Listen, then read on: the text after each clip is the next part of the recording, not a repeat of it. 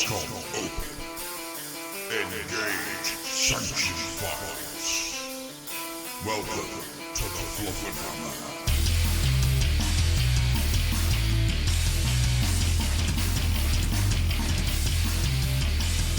Hello, my little fluffers, and welcome once more to the Patreon exclusive shows. This is the beginning of a new season of shows. This is the Fluffenhammer Sanctioned. This is where we cast an eye over the little bits of lore and fluff that you may not quite realise exists. But of course, we'll come to that in a moment. For I'm Gruffy, I'm Adam, I am your host, and I will take you by the hand and lead you through the various myriad passageways of this crystalline labyrinth. And with me, of course, always, is George.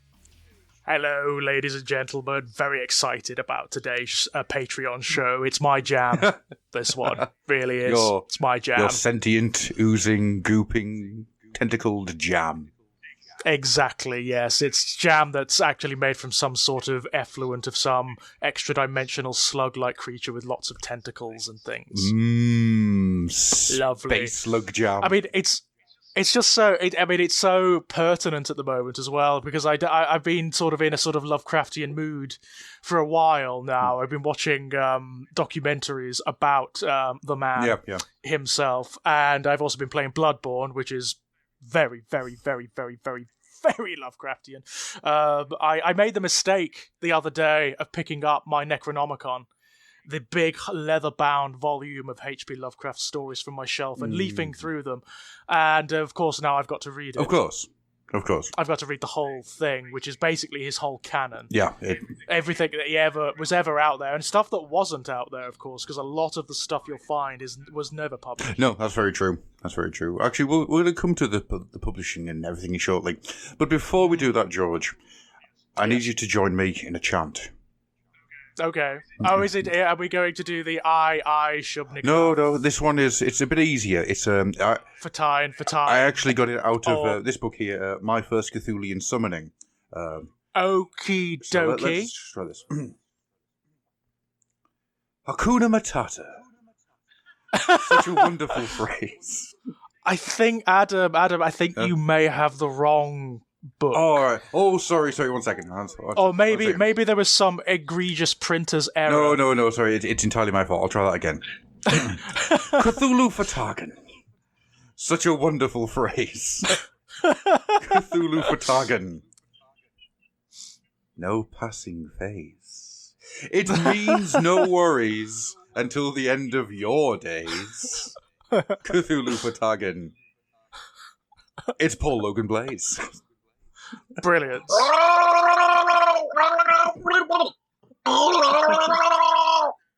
Hello. Having a slightly Relayan moment there. Yeah. Oh, just crawling from the pits there, just pulling myself out of the slime. Actually, into more slime. That's how I was going. Well, I'm sure if there's, depending on how this show goes, there's going to be plenty of that. Oh, plenty of fluids everywhere. Absolutely. From the slime he came, the slime he whence goes. Hello, everybody. Oh, you know what? As much as I'm really happy with that introduction for you, Paul, there's something missing. Yep. Isn't there? That tentacles. Tentacles. I think it's the word. It's Sugar Bear. Indeed. So many names. Like the gods themselves, I have so many names. You know what I like about this lineup? I think every single one of us has done a Lovecraftian podcast at some point together. Oh, yeah. Yes. Three of us have... All three of us, yeah. We've got sort of pedigree in this regard, which I kind of like. We are the unholy trinity. Yeah, definitely. Well, definitely. I've had George, you were on Lurkers in the Lobby twice, maybe 3 times. I was. We watched terrible adaptations of Lovecraftian stuff. I mean, really god-awful stuff. Paul, you did one Lurkers in the Lobby, I think, but we also did the Witch Hunt, I think. But we also did the IDW Infestation crossover for the Underbase. Yes, we did. Oh, which also had a Lovecraftian It bent, did, yeah? it did. Oh, interesting. Transformers and Lovecraft. Now there's a crossover. So what actually happened here is that I've combined George's more academical look at horror and Paul's slimy, gooey look at horror. Yep. Slimy, gooey. Yeah. And I like that. I've put you in a room, and either we're going to talk about it, or we're going to let them fight. It's I don't know. There's no fighting. There's no fighting. No, I didn't come prepared for that. I have no wards or no summons ready or anything like that. If I'd have known about that, I'd have carved symbols into my flesh. And, I'm a lover, not a fighter. Summoned something. Yeah, I'd have summoned something to fight in my face. Just how I play RPGs, that's how I roll. You go do it. This is your problem, not mine. Absolutely. You've got more sanity points than I have. Away with you. Away with you.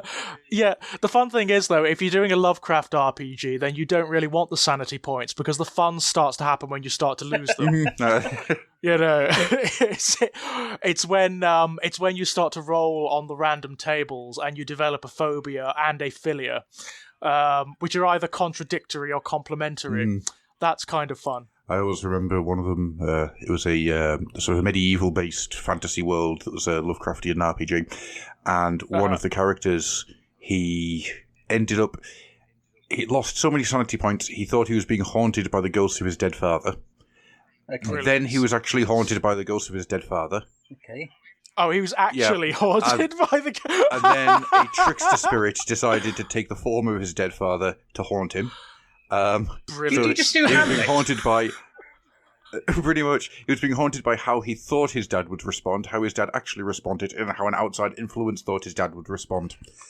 Absolute brilliant. So you've got 3 levels of insanity going on there, all at once. And it ended up he had to start shifting some of the insanity points over to his horse, because otherwise... So this horse started to develop problems. The horse ended up thinking it was a moose. So Brilliant. Absolute brilliance. I love it. it was a Absolutely love it. strange game. But it was good fun. I can imagine. I like the fact that you have the situation where you can proxy insanity to something else. I'm going to send my broom insane. That's just Fantasia. I was going to say, dun dun dun. Yeah, of course.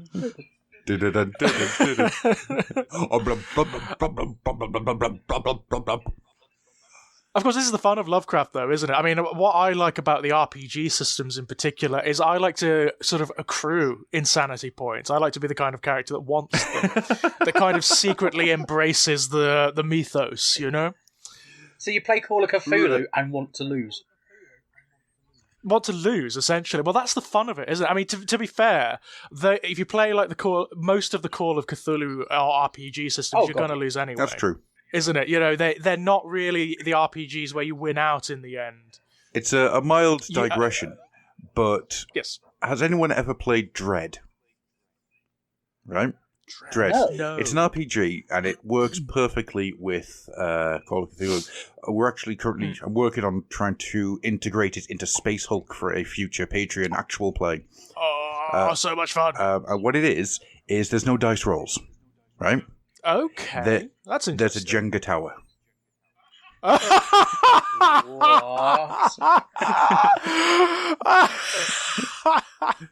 I love it. If you do an action, you've got to take a block away from the Jenga tower. Oh, God. Oh, goodness gracious. Yeah.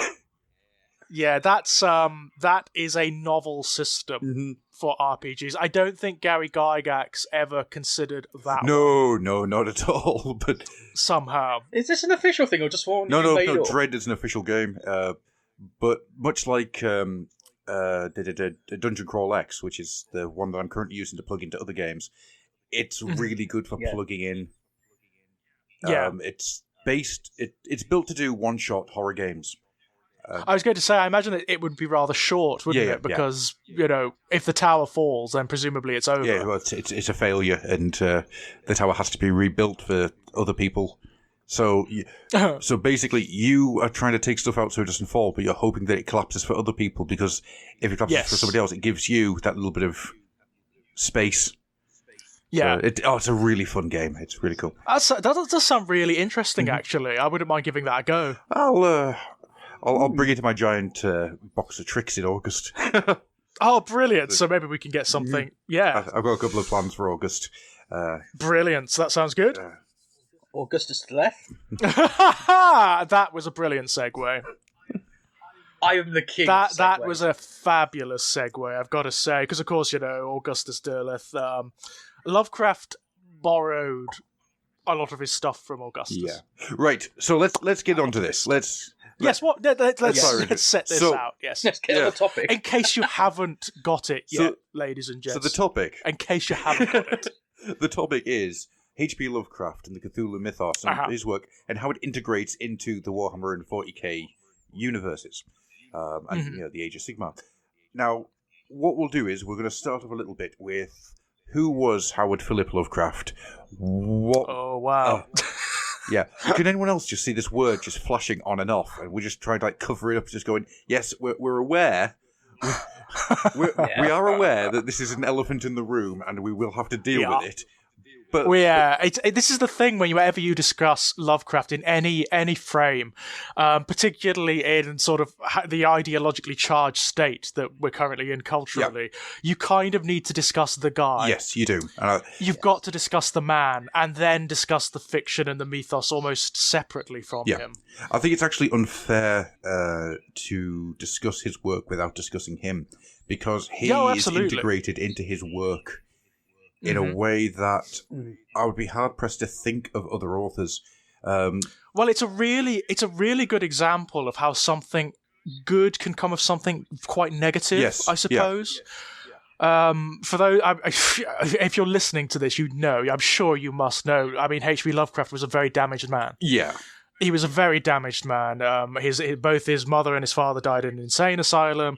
He was quite heavily abused by his mother and by his aunts. He developed some very particular neuroses as a result. He was often he couldn't integrate with people. He couldn't function around people, and had some very archaic and frightened views of the world, which informed certain anxieties within his fiction. But it's a very good example of the fiction being wiser than the man, than the creator, and of something wholly negative creating something positive. Yeah. I think, right, okay, before we get into the man himself, shall we get to the elephant in the room? Or should... Yeah. I don't... The very white, purebred white elephant. Yeah, absolutely. It's got to be white. There is a certain train of thought that could come out and say quite easily that Howard Philip was a giant old-fashioned racist. He was a giant old-fashioned racist. Well, yes, he was, but I think that's a very one-dimensional view. Lovecraft was a man who was terrified of everything. That's absolutely true. He was actually generally afraid of humanity, wasn't he? I mean, if he were alive today, the characteristics he exhibited, he would be diagnosed with all sorts. Oh, God, yeah. He was almost certainly, I think he was on the spectrum. I think that's definitely true. I mean, I'm absolutely certain he was. I mean, I for those of you who don't know, I work, and so does Adam, in social care and whatnot. And the traits he exhibits are very autistic. They're heavily autistic. He is somewhere on the spectrum. He also had almost certainly either bipolar or clinical depression. Yeah. I would actually go as far as saying that he probably hits a lot of the traits for EUPD, for emotionally unstable borderline personality disorder. I think you're probably right there. The man, he lived a very sheltered life, and by that I don't mean he was sheltered by other people. He positioned himself to be as far removed from humanity as physically possible. Well, there was a period of his life, wasn't there, when he didn't go outside? Yes.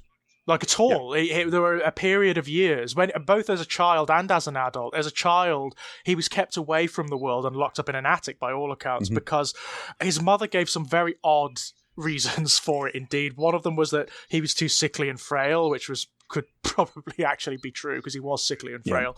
But the other one she used to tell people is that he was ugly. Yes. He's too ugly to go out. And she used to tell him that too. And the weird thing is, you look at the photographs of Lovecraft, he's not an ugly man at all. No, he's a haunted man, and he does have a slightly brick-like face. But he's not ugly. No, I wouldn't say that. He's it's the kind of face you would not, I'd say he's nondescript. It's the kind of face you wouldn't even notice. Yeah. If he walked past you in the street. Right. There's nothing distinct or you certainly wouldn't recoil in horror from him, but Lovecraft grew up through a period of his life thinking that this was true, that people would recoil from him. Which feeds into all of his work. Oh yeah. I mean, you look at some of there's not many photos of him that exist, but the ones that do, you can kind of see that the idea for things like the deep ones probably came from him staring at himself in a mirror. And it's not because that's how he looks, it'll be how he sees himself. It's how he imagines. I mean, the man's imagination was insane. During these periods of seclusion and the readings that he undertook, because his grandfather, by all accounts, had a vast library that he sort of secluded himself in as a kid, he developed this incredible imagination. And I mean, like, unlike anything really that was occurring at the time.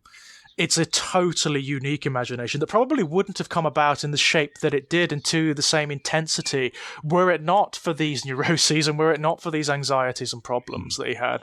A good old Whipple.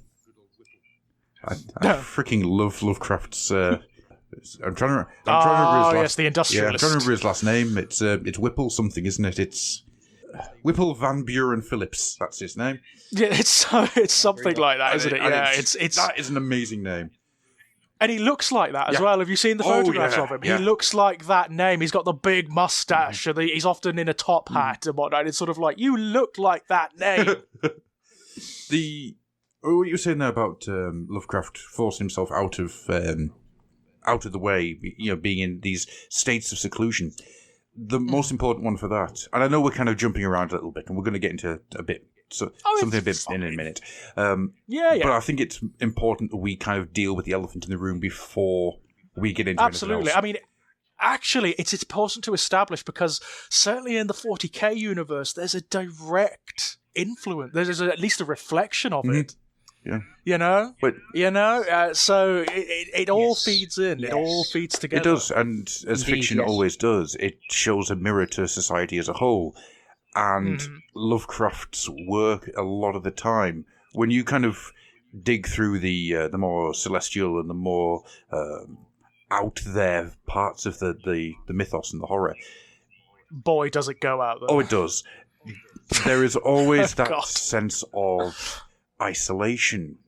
We are alone. We are unimportant. The creatures he talks about, they're not evil. They don't come for you. Yeah, what are you? You're an ant.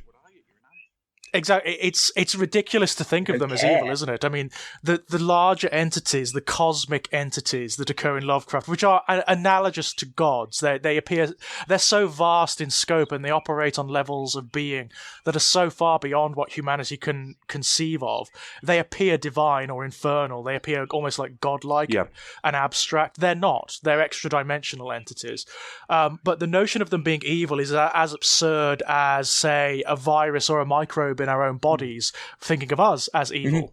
It's that absurd. It's that ridiculous. It's almost like whatever negative impact they have upon humanity, and it is fairly profoundly negative, is as a result of their natural being, of their processes, rather than as a result of any intention. Although some of them do definitely have intention. Yeah, this stuff like the Mygo, the stuff that's much lower down in the mythos. Yes. The ones that are closest to being human, as it were, or closest to showing human characteristics. It's odd that the ones that are closest to being near to us have the closest to being semi-evil. Yeah, that's right. That's absolutely it. Because their intention is much more mundane, isn't it? It's usually power or influence or money in some instances that's motivating them. Whereas things like Cthulhu, for example, or even vaster Azathoth. Azathoth has no intention at all. That's the interesting thing about Azathoth. It is the blind idiot god and the creator of all. But it has no direct intention. No. No. It creates realities arbitrarily as a result of its being, because of the mad, feverish visions that flash through its multiple faceted minds. It's Zeech. Yeah. No. It's essential. I mean, this is one of the clear overlaps. There are overt overlaps and influences, but Zeech is Azathoth. See, again we're going a bit over. See, I was actually thinking, Azathoth, to me, a little bit, is the Emperor. This thing at the centre of the universe, not that sentient, but is a core of the universe. I don't know, because I've always regarded the Emperor as like Sigmar, as sort of analogous to Sigmar in AOS, in the sense that he is the divine in humanity, or a type of divinity that has intent, that has very human intent, and that places humanity at the forefront of that. Whereas the Chaos powers are... They're related to humanity, obviously. They have their origins are with humanity and the sentient races of the universe, but they're far more abstract than the Emperor ever was. I can see where Paul's coming from, though. If you think about the Emperor as the multifaceted, splintered personality that is spread across the galaxy. Oh, absolutely. The body being the anchor, the centre of the bubbling chaos, or the bubbling mass. And it's interesting, isn't it? Because what is at the core of the Emperor, which is something that'll never be answered. No. It'll never be answered. Quite what he is. Pink fluffy is fascinating. Dancing on rainbows. Pink fluffy unicorns dancing on rainbows. That's what's at the centre. I mean, wouldn't it be a great irony if at the centre of the Emperor is something more chaotic than chaos? Yes. Wouldn't that be great? What if he took like the very essence of chaos and made it into his own particular divinity, the source of his own divinity? Because we do know from the HH books that he did bargain with the Chaos powers. That's no longer a rumour. That's absolutely true. He did steal a lot of their power, which is why they don't like him. Yep. That's actually absolutely canon now. It used to be a rumour. It is absolutely canon now. If you read First Heretic. The first Heretic, yeah. You see it. You actually see it. It's sort of like, that's answered. There it is. That's definite, right there. But it's an interesting point that Paul brings up, because there is an essential mystery at the core of the Emperor. Mm-hmm. And mystery is at the core of Lovecraft's metaphysics itself. I mean, the whole point of Lovecraftian metaphysics is that it is unknowable. Yeah. You could get answers to it, but they would make no sense to you. They would drive you mad. They would boil your brain in its pan, because they're so beyond what humanity could preconceive. The funny thing about the metaphysics Lovecraft created is that it's so elaborate, it's so vast that it actually crosses it's something that occurs both within natural law and then transcends it and creates its own law. So it's the point at which physical reality and abstract metaphor and spirituality and metaphysics overlap and bleed into one another. And of course, the entire metaphysics of both AOS and the 40k universe operate on that dynamic. That's the entire basis of everything that's sort of fantastical or spiritual or demonic or divine in those universes. Mm-hmm. So you can definitely see how like the core of those universes was derived from the dynamics that Lovecraft created. The funny thing about Lovecraft, of course, is you actually can't talk about any kind of popular or genre fiction now without talking about him. Well, because his influence was so vast, it touches everything. Mm-hmm. He even gets into True Detective. Yeah, absolutely he does. Did absolutely. he? Yellow King. The Yellow King. Yeah, absolutely. Yeah, the Yellow King is in True Detective. I need to see True Detective. Yeah. Good grief. All right. Absolutely. You look at the people that you classify as the masters of horror. John Carpenter, a massive Lovecraft fan who's... Oh, boy, can you tell. I mean, the thing is like, it is a Lovecraftian entity. It is the very essence of a Lovecraftian entity. It's got everything that you want from a Lovecraftian entity. Yeah. But it's important to unpack that term, though, isn't it? I mean, Lovecraftian. I mean, the guy has become an adjective. You know, he's become a describing word. You know, his name, and isn't it a wonderful one? It's so cool. The fact that his name was Lovecraft, and that's become the adjective. It's the kind of poetry that makes me think there is some sort of influence acting upon the universe to make it so, you know? Do you know the name of his first editor? Oh, go on. What is it? John Dearhart. Oh, that's ridiculous. Yeah. Lovecraft to Dearhart. That's ridiculous. That's a Victorian crime-solving crew if I've ever heard. It is. If you wrote that, if you put that in a story, the editor would come back to you and say, that's a little ridiculous. Yeah, little on the nose. Little on the nose. It is. But I mean, what's really interesting, and this is actually going to somebody that I would also like to talk about in relation. One of the many authors that I would like to talk about in relation to the sort of Warhammer universes. He had a pen pal. Does anyone know who his pen pal was that he spoke to at least, well, he sent letters to at least twice a week? A certain creator of Conan, wasn't it not? It was Robert E. Howard. Yes. Now, I don't know how much you know about Robert E. Howard and the life He was an odd bloke. Yes, he was. I know that much. There's quite a lot about Robert E. Howard which has been kind of looked at with more modern eyes, and a lot of things jump out. There's an interesting little correlation between the two, because I'm going to talk about the people themselves for a little bit. Howard Philip Lovecraft was married for a short time. I know, which is the weirdest thing ever. She was a touch-me-not wife. Yeah, and also Jewish. Yes.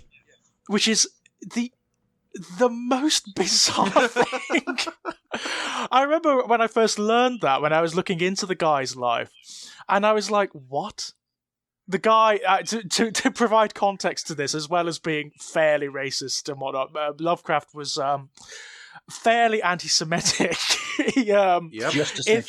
If a Jewish person turns up in his stories, there's a tendency for them to start sprouting tentacles and growing hooves and horns and whatnot at some point. That tends to happen. It's true. It is true. So for him to marry a Jewish woman, or actually for him to know any women, barring his relatives, and to marry at all, is just bizarre. Well, there is a story of a lady called Susie who was a couple of years older than him, and apparently he used to go walking with her. Right. Not far, obviously, because, going outside, trees! Absolutely, yeah. I mean, there are lots of odd stories about, like, first-hand stories from his neighbours and whatnot, about seeing him walking out, because he used to walk quite a lot, despite being like a shut-in. But he was a very odd man, even in that respect, and he would like shuffle along and his head would be bowed and he'd be muttering to himself, and he'd often be in the rain. He had a thing about rain. And he would try not to make eye contact. He would hate the notion of talking to people. He would. Or of engaging socially out in the world. Such an odd guy.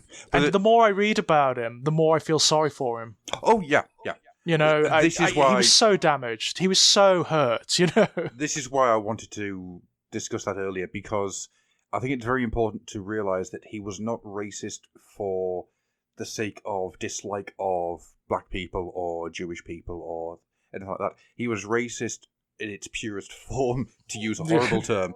He hated and was terrified of everybody. He was more a misanthrope, wasn't he? Yeah. Really, he was a very genuine misanthrope. He actually disliked humanity, full stop. I mean, he had real issues with humanity itself. And in his isolation, that seemed to have, like, his fear of humanity mingled with these very old world ideas, with this romanticized perspective he had about Englishness, for example. Yes. He was very much an Anglophile. Mm-hmm. He had this very bizarre notion of like Victorian England, despite the fact that he was well beyond that himself. Yeah. And of class structure, and of manners, and of being a gentleman, and all of this stuff, which came largely, it seems to me, from fiction. Yes, from Bram Stoker's Dracula, from Edgar Allan Poe's work. Yeah. Yeah. Rather than from any like historical reality. Yeah. I think it came from fiction. Well, look at his choice of words that he uses throughout the stories. They are anarchic at the time. You know, they're archaisms, aren't they? Yeah. I mean, Eldritch is one of his absolute favourites. Yeah. Nobody knows what Eldritch means. Squamous, Batrachian, gibbous, you know? He uses these very big, very archaic words that have a certain flowery poetry to them and are sort of like resonant in and of themselves, and then overuses them massively. Well, yeah, he's just basically going into Byron's poetry shop with a fishing net and just taking everything he could. But what I was aiming towards here, that Lovecraft was indeed married for a while, and he lived in New York for a short time, which is something I can't get my head around. But during that time, he lived in New York. At that time, the most multicultural city in the world, probably, at that time. There's a there's a story that he went outside on like the second day, saw a couple of Black Navy guys, or like ship workers, ship hands, that's the word I'm after, screamed and ran back into the house.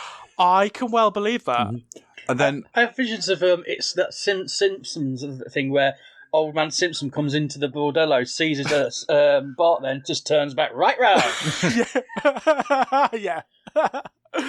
Whilst over in Texas, you've got Robert E. Howard, who at this time, he's working outside, he's doing all this stuff, and he meets a lady, and they become close. But once again, she becomes a touch-me-not relationship. They don't lay a hand on each other. There's all the stories that she was like trying to induce some kind of physical romanticism between them, and he was very much not interested.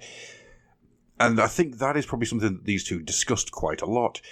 Yeah. The difference being, Lovecraft was a terrified individual who probably wouldn't know what to do with a naked human being in front of him. No. Whilst there is a large amount of theory that Robert E. Howard was quite possibly gay. I have an inkling that Howard was probably gay. Lovecraft, I imagine, was probably asexual, to be honest. Yeah, he had no interest in anything to do with the sloppy parts of a human. Well, this comes through in his writing, doesn't it? It really does come through in his writing. It is one of the most sexless bodies of work you'll ever read. There is no romance in Lovecraft. The only time any kind of union occurs is for the purpose of procreation. Yeah. And it's spoken of in those terms, and it's often an obscene thing. Mm-hmm. It's often like a hybridization between a great one and a human being, or the child of a great one and a human being, creating some hideous spawn, And there is no actual appreciation for the actual act or any emotion involved. It's a clinical look. It's a sort of like a functional look at things. Which is quite ironic considering how much Lovecraft has now been attached, to tentacle porn, that sort of thing. You know what I mean? That sort of thing. Yeah, I mean, there's an entire subdivision now of Lovecraft-inspired pornography, which I'm sure he would be horrified about. I'm sure he would be absolutely horrified to learn. That alongside the fact of there being Cthulhu plushes now, I'm sure he would hate that. This is actually an interesting question, right? I know that with... My apologies, ladies and gentlemen. This is just how the Fluffenhammer works. If this is the first time, it's how it works. We bounce, we jump around. It is just how we talk. Particularly when it's us three together. Yeah. We're providing context. Yeah, that's what we're doing. Pretty much in the most scattershot manner. But and also you're getting bang for your buck, ladies and gentlemen. We will get back to Warhammer at some point. Don't we? Oh yeah. This is all important. This will all tie in. This is all salient. Yeah. Yes. Here's a question. I promise. How would H.P. Lovecraft feel about RPGs based on his work? You know what? I don't know. I think he would be better inclined towards the RPGs than anything, because they are literary. Yes, they are. In nature. He hated games, though. He did. I think he'd be alright with it if it's RPGs done over Skype, because then there's no human contact. Yes, then he'd be all right. He'd be okay then. I mean, he was a peculiarly funless human being, wasn't he? He was consumed by his anxieties, and he seemed to not only be consumed by them, but obsess over them. Yeah. They were the core part of his life, to the point whereby they expanded out from being like the comparatively picayune racism and misogyny and homophobia that he exhibited, to being this cosmic nihilism. So he was afraid of humanity's pointlessness in the universe. He was afraid of humanity's groping out through science into areas that it potentially shouldn't. where it might discover something or meet something that was entirely hostile to it or was corrosive to it. Yeah. He was afraid of reality. He was afraid of the innate nihilism of reality, which is, of course, the notion that humanity is this speck, is this ridiculous offshoot or accident of evolution that has existed for less than half a second of time on a cosmic scale and probably won't exist for that much longer. Yeah. That's what he really perceived in the world, in culture, in society, in humanity as a whole, this decay, this sense that it's not going to be very long. Yeah, it's at the end of humanity, there will things that will blink and go, what was that?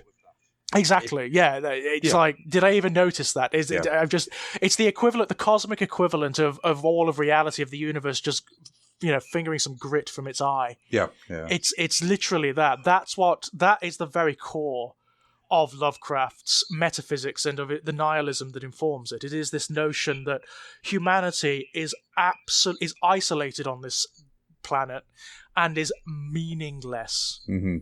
There is no grander poetry. There is no... If there is something like an afterlife or a continuation, it's hideous. Or it doesn't care about you. So that leads into the next question, and I'll throw this at Paul first, actually. All right, okay. As you are the guest.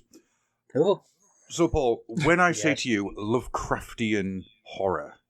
Yes. How do you respond? How do you think about... What's the thought process that you go through to respond to that? I think it's horror where, and we've touched on it a little bit here, where humanity is insignificant, where whatever happens, you're fucked. I think that's it, isn't it? Because I know the other thing to note about Lovecraft stories is they are almost universally unhappy in their ending. There's usually this lingering implication of a grander horror. Yeah. Beyond the individuals who are exposed to whatever's going on, whether it's fish people or whether it's like elder gods or ancient secrets or whatever, they usually go mad. Or they die, or they go mad and die, or they die and go mad. It depends on what's going on, But there is always this lingering implication that it's way beyond those individuals. The horror is not for them; it's for you. It's for the people around them, the ignorami who don't know. Yes, and it's also with Lovecraft. It's a sort of a weird thing when it comes to Lovecraft horror. Death is not a release. Often it's not. No, death is usually things when you have regular horror. Oh, you get killed. There's a murder here. You get stabbed. That's it. No. There's worse things than death. That's the thing. I mean, if you read the Call of Cthulhu, one of the implications of Cthulhu's mythos is when he awakes, all of humanity is going to go mad at the point of his awakening, and we're going to be lost to some eternal nightmare of insanity that will never end. Sort of explains Trump. What, do you think we're in it now? Yeah, pretty much. Great Cthulhu has risen and we're in it now. That's a very nice basis for a postmodern Lovecraft story. I may write that. Brexit and Trump, there we go. That's a really cool sort of political postmodern Lovecraft story. That's really cool. I like that a lot. You can have it for free. I really like that. All right, then. So, next question. If you were to say to somebody who's never read Lovecraft, never heard of Lovecraft, as strange as that may sound, but let's face it, we are in this very odd literary bubble that we live ourselves in. And so there are a lot of people out there who don't know a lot about Lovecraft, especially about the person himself. It's interesting, though, isn't it? No, they wouldn't know about Lovecraft himself, and they may not know about his work, but they will know about the themes they know and the imagery. Who Cthulhu is, Because it's everywhere. Yeah. It's everywhere. It's like if you've ever seen a horror film, if you've ever watched any science fiction, it's there. It's in comics, it's in video games. Bloody hell, is it in video games? It's everywhere, You cannot... It's like... how all human beings that are alive today are related in some way to Charlemagne? Yes. basically. It's exactly the same thing with Lovecraft's fiction. Every bit of fiction or media created today is in some way, certainly within particular genres, related to Lovecraft or feels its resonance and its influence. It's an interesting point there, actually, because I mentioned how John Carpenter is heavily influenced by Lovecraft. Stephen King has said multiple times that with it, there was no Lovecraft, he would never have got started. Oh, I mean, King is really eloquent about it. I think he called him the 20th century's dark and baroque prince. Oh, I like that. Yeah, isn't it That's lovely? nice. Yeah. Which is odd considering, other than Pennywise and that whole sort of thing there, I don't see huge amounts of Lovecraftian themes if you or read ideas. The Mist is totally Lovecraftian. No, that's true. But it's very rare, I thought. He's more of a Poe overlap, always felt. I think he's Lovecraft when you remove the giant otherness and make it more... I don't want to use the term pedestrian because that sounds like it's more domestic, isn't Yeah, it? It's more like colloquial, you know? It's like localized Lovecraft, if that makes any sense. No, that makes a lot. That I can see that definitely. Yeah. If that makes any sense, it's localized Lovecraft because you've always got that element of people going mad in King. Yes. That's almost in almost every single one, slowly driving themselves insane and being impacted upon by outside forces. Often in that, like in The Shining, you know. Oh yeah. That's kind of Lovecraftian. There are other stories that directly reference Lovecraft, like the Dark Tower series actively incorporates stuff from Lovecraft's mythology, as it does from The Lord of the Rings and from Sergio Leone and just hundreds of influences, just ridiculous numbers of influences. There's a mushroom on it. Just everything. It's just like that's King's grab bag, essentially. Okay. So the question I was going to ask you was, you meet this person and they say, I'm interested. Where do I start? What's the story that you suggest? God. Can you give me an idea of what that story is? And George, you first. Okay, I would go... I mean, for my money, I would have to go... The thing with Lovecraft is he can be very alienating. Yes, he can. When you first come to him. I didn't like him when I first came to him. I'd read about him a lot through other writers. And, I knew about his influence, but I didn't really know much about his work. So I think I was like in my early 20s when I first came to Lovecraft. And I didn't like it when I first read it. I was like, what the hell is this? I can't read it. It's illegible, But it's an acquired taste. It's like wine or like olives. You need to kind of persevere with Lovecraft, and then you get to that point where actually nothing else will do. You get like a taste for it.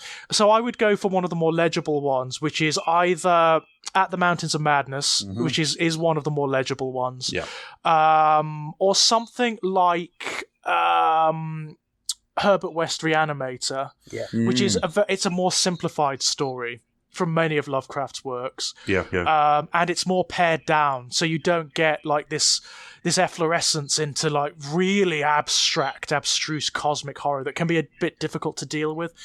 So I'd go for them first as an intro. Okay. Paul, your answer, please. I'd agree with the Reanimator. I'd also go short and sweet, From Beyond. Yeah.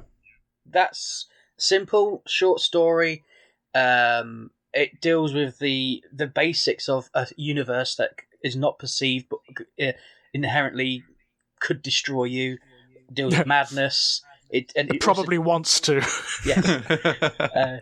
Deals with the madness, but also how just how us tinkering with things is what wakes things up. That's always the case, isn't it? That is often the case. I mean, the thing about Lovecraft's lore is that whatever horror is there is going to hit humanity at some point. Even if it's not tinkering, it's going to hit humanity at some point.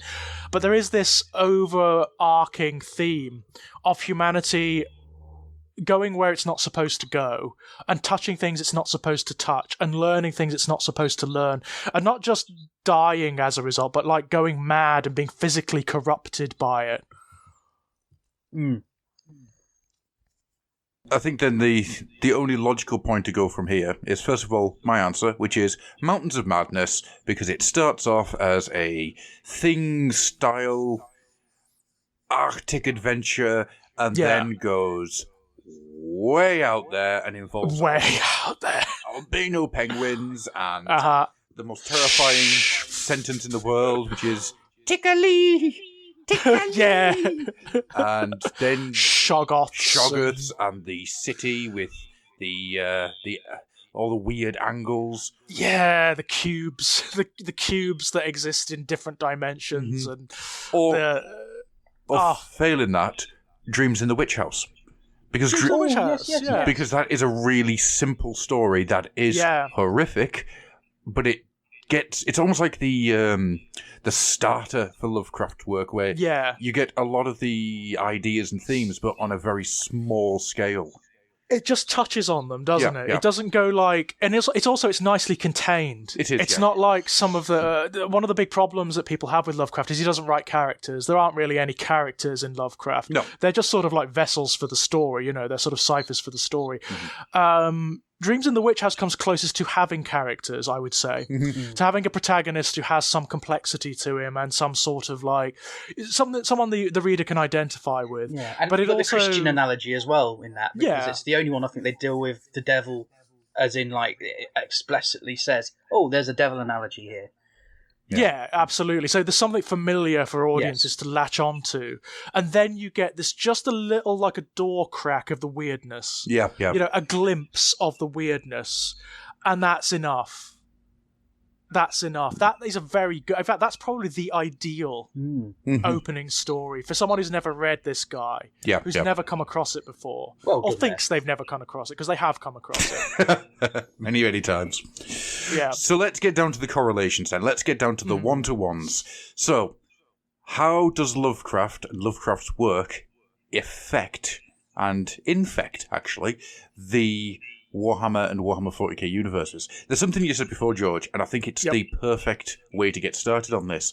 Lovecraft's work deals with how humanity is I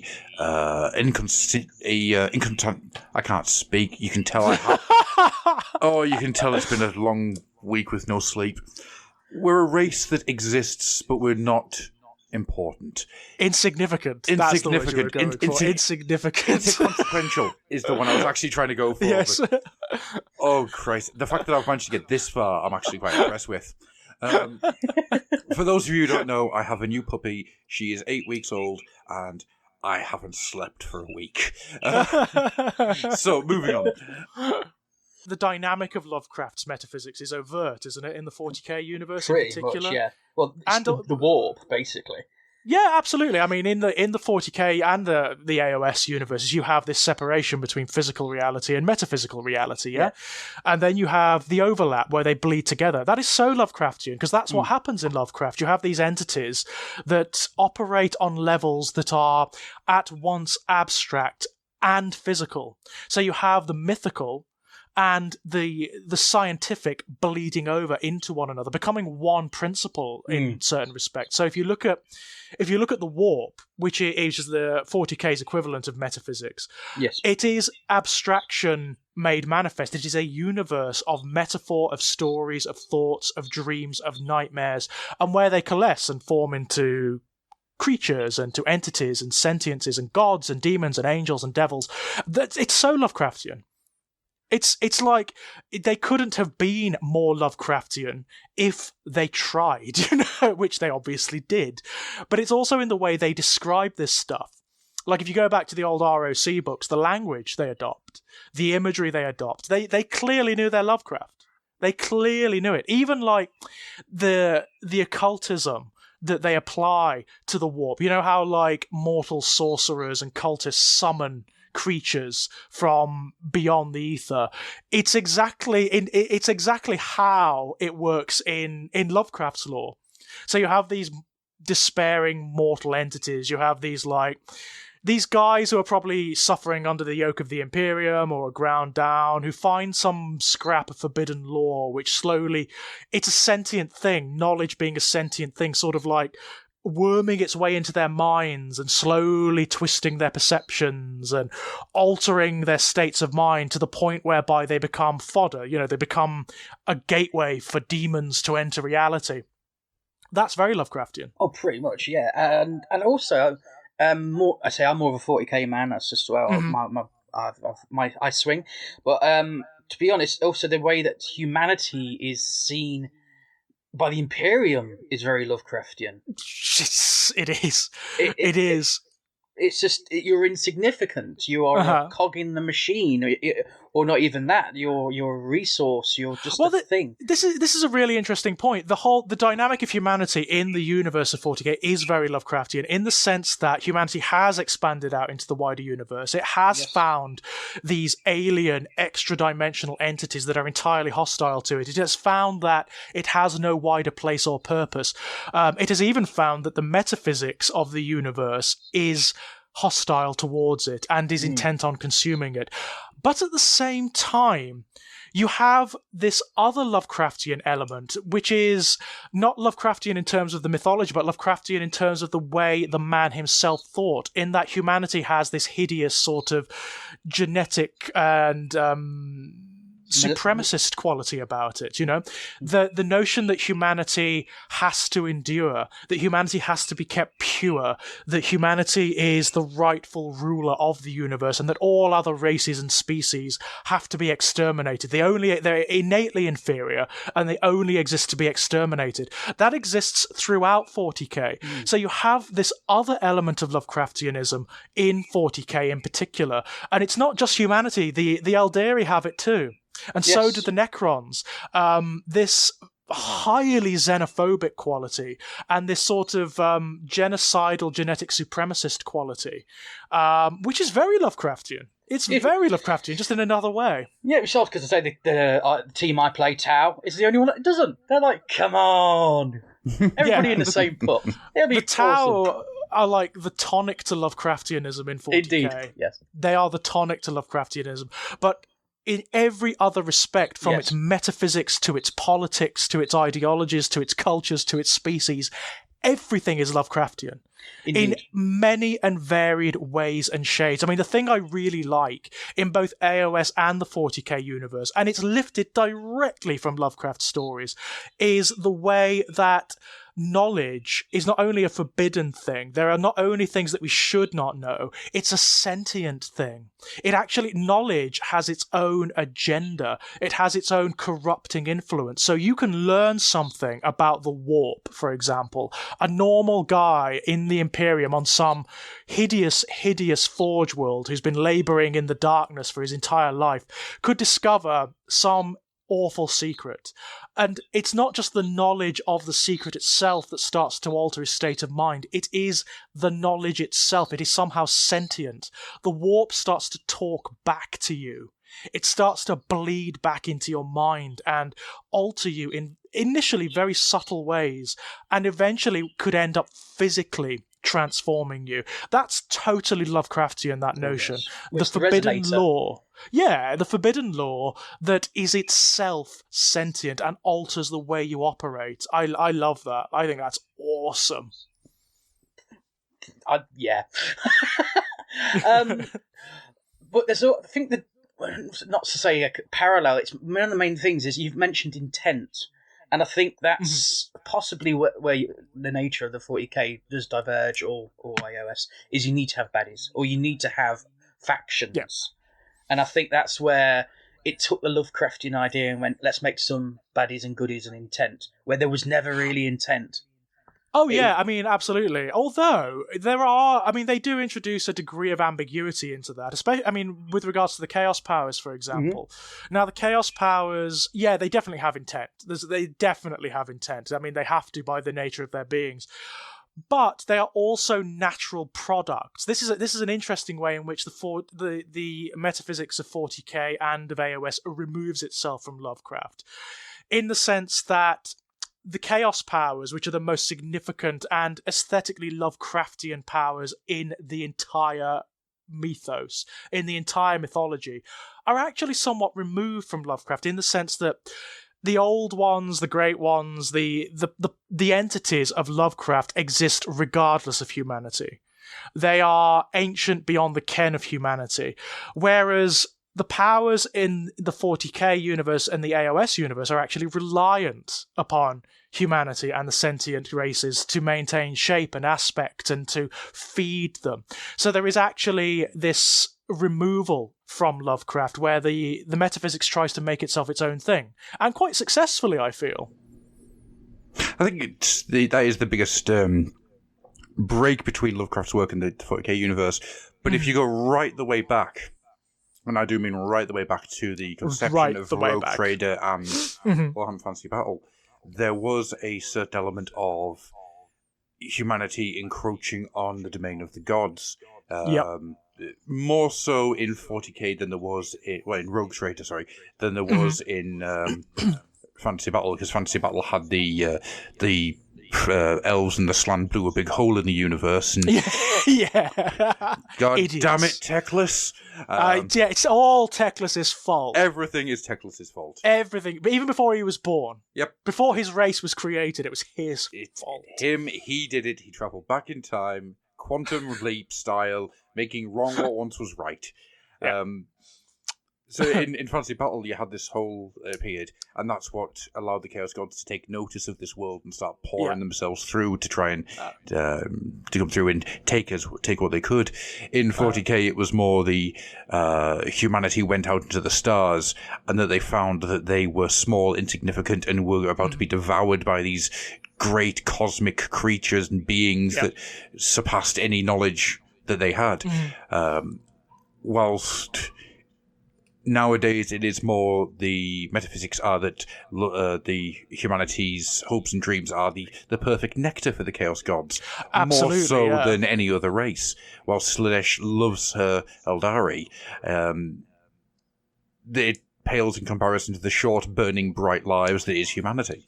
Absolutely, yeah. I mean, that is the most significant removal, I would say, from Lovecraft's metaphysics in the 40k universe. The fact that humanity is, in a way, necessary to these powers. I mean, that is very unusual. And it's a distinct contrast. And I like the way it makes the 40k universe and the AOS realms a little bit more distinct. But you also have this thing, like, what do you think of Lovecraft? I mean, you asked earlier, what do we think of what is Lovecraftian horror? I think it operates on a number of levels. Like, you've got, when people say Lovecraftian, they often mean aesthetically Lovecraftian. So, aesthetically Lovecraftian, tentacles. It's this notion of monstrosity that's so elaborate and so beyond what we understand of anatomy that it's almost impossible to imagine. And you have that throughout 40k and throughout AOS, of course. You've got, like, the Tyranids. The Tyranids are sort of biological Lovecraftianism in overload, in absolute overload, because they are this mass of tentacles and flesh and impossible anatomy. Demons, obviously, very Lovecraftian. Things like Mutilath, Vortex beasts, massively Lovecraftian to look at. Chaos Spawn are probably the most Lovecraftian entity in 40k. You have that, but you also have ideological Lovecraftianism. You have metaphysics. You have the what we were talking about earlier, which is humanity's insignificance in the universe. You have the overlap between the physical and the metaphysical. You have entities that are too vast and operate on levels that are beyond comprehension, that can drive you mad by actually engaging with them. You also have things like that innate mystery in the 40k universe that is very Lovecraftian. You have things like the Catan. The Catan, which are star gods. They're called star gods, but exactly what they are is left up to interpretation. You know, they are ostensibly metaphysical entities that are not reliant on the warp. So they're actually separate from the core metaphysics of the universe, and it's never explained where they come from or what they're doing. And it's odd that they also got involved in a war in heaven, which again is a very Cthulhian idea of these deities. So isn't it? I mean, the war in heaven and the notion of the old ones, certainly in the 40k universe, is directly analogous to the deep time cosmic history that Lovecraft draws, because there is exactly that drawn in at the Mountains of Madness. Yes. You have the Elder Things, which are the equivalents of 40k's old ones, which are the creatures that are older than humanity, vastly, vastly older, evolved to states that humanity couldn't even dream of, that ostensibly seeded not only the Earth, but multiple worlds in reality with the chemical compounds for life and guided evolution to the creation of humanity and to various other species. But to whom humanity is just cattle. You know, they're either a mistake or they're just cattle. Yeah, and then then they lead to the Necrons, so... Exactly. I mean, exactly. You have this, and the Necrons have a very heavy Lovecraftian element, particularly how they were initially introduced. Initially, you didn't have any of the stuff about the Catan. You didn't have any notion of them being biological beings. That never occurred in the early Necron stuff. But what you did have is explorators from the Imperium and from the Adeptus Mechanicum going out into these unexplored worlds, delving into ancient tombs and alien megaliths, and arousing something ancient and evil, which is it's a totally Lovecraftian trope. Yes.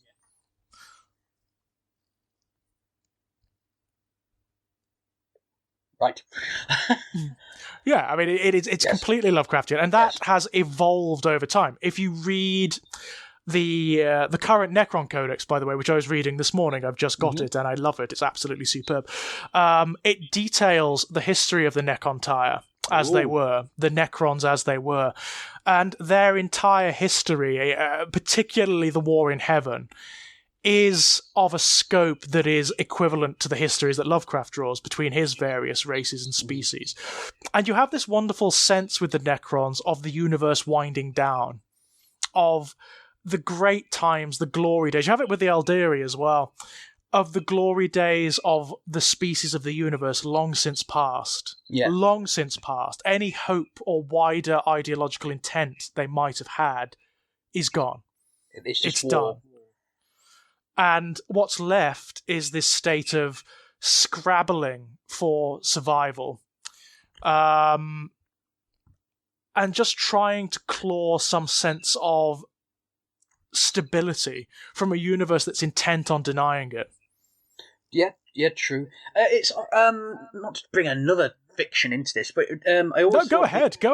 I always see now the Necrons and the Citans, and particularly when it was a Necrons with the old ones and that great old ones. Yes, yeah. Vorlons and Shadows. The way that war came into our world, and like you say, there's squabbling over an idea which got perverted, an idea, and then it ended up being something that just brought the universe close to collapse. And the scale, I don't know. I've just been reading the latest ones, and it just resonated with Babylon 5 a little bit with me. That was all. Well, it's just this notion of extremity, isn't it? Yes. This is again something you get certainly from Lovecraft, and certainly in the universes of Games Workshop, but also in wider fiction as well, in sci-fi, in fantasy, in horror. The notion of the universe winding down, and it's not just in fiction. This is actually something that is true in physics, in cosmic physics as well. The heat death of the universe, the notion that reality is not a permanent thing, and that it will wind down eventually when enough cosmic time has passed. This is what Lovecraft is referencing, and it's what things like the 40k universe reflect. There is this innate nihilism amongst the coolness, amongst like the aesthetic fun of it, and the narrative and mythological fun of those universes. Everything's in decay. There is this sense of despair, this overarching sense of despair, which of course in those universes is even made manifest in Nurgle. True. Nurgle is the manifestation of this very concept, of this very aspect. He is despair and decay, and the sort of surrendering to the inevitability of it all. Which many of the Chaos Gods have that element of surrender to a not perversion is the word, but to an extreme. Absolutely. The only one who doesn't emphasize surrender is Tzeentch. Tzeentch's servants often they don't even know that they're Tzeentch's servants, or they don't think they are. They're characters like Ahriman, who is diametrically opposed to Tzeentch. He actually doesn't worship Tzeentch, despite being highest in his favor. He hates Tzeentch. He absolutely hates Tzeentch. He's trying to free his legion from the clutches of Tzeentch. But Tzeentch is the manifestation of hope and of rebellion and of trying to better one's state somehow. So that thrashing against the bonds, that denial of authority and of surrender is actually what feeds Tzeentch ultimately. So his favoured servants, his puppets, are ones that don't bow down. Yeah. They don't surrender. That's the whole dynamic. And it's also the ultimate irony, of course. But what I really love about Tzeentch in particular is he is becoming more Lovecraftian as his status evolves. If you read the new books about the Chaos Gods, like the Chaos Demons Codex, he has evolved from a singular entity to being this fractured, contradictory thing that has multiple different facets and personalities that are constantly at war with one another. He's fast becoming like the manifestation of contradiction and of ambiguity, which is way more Lovecraftian. It's way more Lovecraftian. It's very much like Azathoth. You know, it's very like Azathoth. I'm gonna have to pick up some new books. Oh, they're well worth reading. They're well worth reading. But that's true of all the Chaos powers. It's actually true of all the gods in general, particularly in AOS. Where you have this status where mortals can trespass on the realms of the gods. In fact, where they can become gods themselves. You have this theatre of Lovecraftian metaphysics occurring, where entities that were once mortal are actually vying with entities that were born as gods. Ooh. It's really cool. That's touching a little bit more onto what other authors dealt with in the Cthulhu mythos, isn't it? Yes. Where, like Ramsey Campbell and that sort of thing. Absolutely it is. Where you actually, I mean, if you look at the extended Lovecraft mythos, which, you know, loads of people have written in, absolutely hundreds of people have written stories and extended, and it's an entire subgenre in itself now, Lovecraftian fiction. Oh, yes. You have this elaboration of the mythology, where you have more in the way of human beings interacting with it and influencing it. Yes. Like I recently just read a whole short story collection which was focused on just Sherlock Holmes. Yes, and Lovecraft. Yeah. It was just the entire book, so it just highlights it. That's the interaction. Yeah. But it's so weird, though, isn't it? Because I would never have thought that would work, but I actually grudgingly came and read some of those Sherlock and Lovecraft stories not too long ago. You know what? They actually work really well. Yeah, some of them. When they're written well, that gels so beautifully. Yes, the guy who is forever focused on logic and finding things out deals with something that, if you find it out, has no logic and will destroy you by your finding it out. It's actually a really cool dynamic. If you're a deft enough writer, you can create something really beautiful out of that. Yeah. But if you can't, many of them was, oh, Sherlock, you found a mystery. Oh, it's a bit scary mystery. Oh, I know not to dig into it. Story ends. That's it. Yeah, that's a little bit. In fact, it's a bit of a cop out. It's a little bit of a cop out.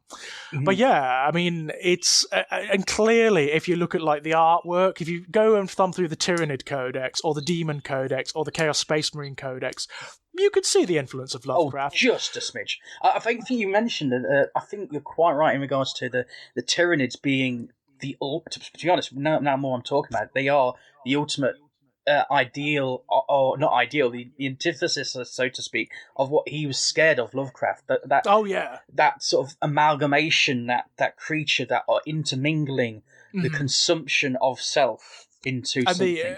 Something that's totally alien. Yes. That's like, it's outside the realms of possibility and of comprehension. They come from we know nowhere what. Yes. Or what they want, and there's no reasoning with them. You know, there is no way you can reason with them or argue with them or stand against them. No. They are so alien in terms of their motivations. There's nothing you can do about it. No, I see coming into this show, I was thinking more along the lines of the Chaos Gods being it and the war. But the more we're talking, I think, the Tyrannids. Well, it's interesting, isn't it? I mean, the thing for Lovecraft, Tyrannids. Well, here's the fun thing. The Tyrannids are so obviously influenced by Lovecraft. They are. I mean, originally, obviously, they were the Giga alien in the 40k universe. But if you go and read about Giga when he was designing the alien, one of his big influences is H.P. Lovecraft. So you have this wonderful sort of familial relationship or evolution occurring, where you've got stories and mythology bleeding into art, which then inform stories, which inform miniatures, which inform mythology, and elaborate from there into something even more Lovecraftian. Because the Tyrannids have evolved from the point where they were just the gene stealers, and therefore just the alien in 40k, to being this carnival of Lovecraftian flesh, where it is all just a mass of tentacles and an unknowable anatomy. Yes. Well, it's the old sentence, isn't it? It can't be bargained with. It can't be reasoned with. Exactly. It doesn't know pain or fear. Mm-hmm. It will never stop. And that's very much what the Tyranids are. They are the evolution gone mad. In fact, if we go back to something you were saying earlier about Azathoth, the bubbling mad creation, that is the Tyranids in a nutshell. That is the evolutionary process speeded up to absolute maddening heights. To lunacy. Yeah. To absolute lunacy. Imagine if they called a high feet Azathoth, then you think, oh, this is going to be bad. I'm sure somewhere there must be, because they name the hive fleets after like old serpentine gods and DNs and things. There must be someone somewhere who has called their hive fleet like Hive Fleet Cthulhu or Hive Fleet Azathoth or something like that. I know I've seen a Hive Fleet Dagon. I know I've seen that. Oh, well, Dagon's perfect, isn't he? Yeah. Dagon is perfect because he is one of the Lovecraft deities that is the most easily imagined and the most. I suppose he's the most easily depicted because he is just a big fish. Yes, yeah. You know, it's not like Azathoth, which is impossible to imagine and impossible to describe. He is just a big fish.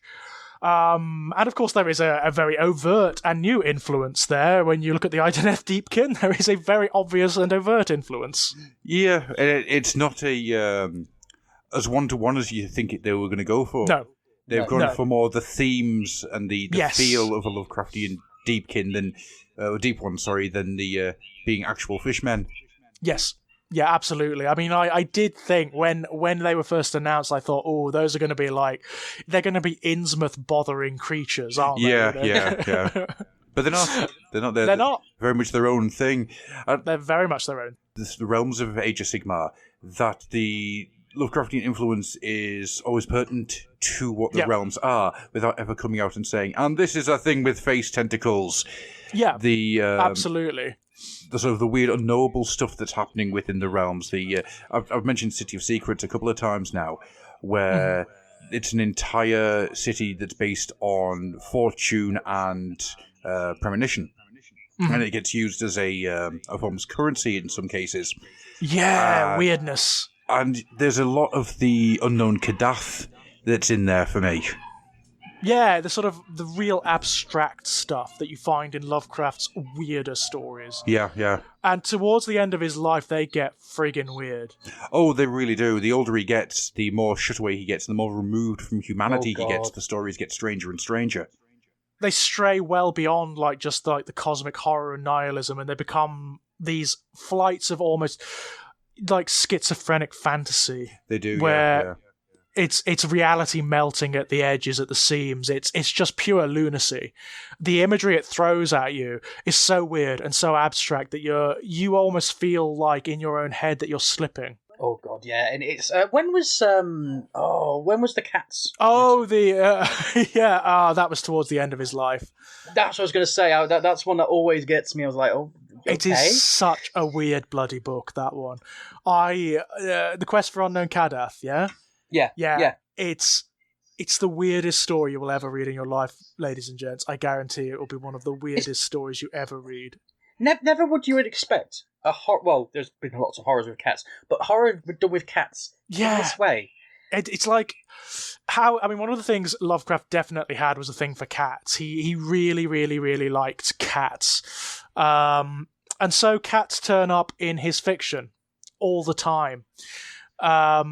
And sometimes as protagonists, sometimes as main characters. It's so weird. It's so bizarre.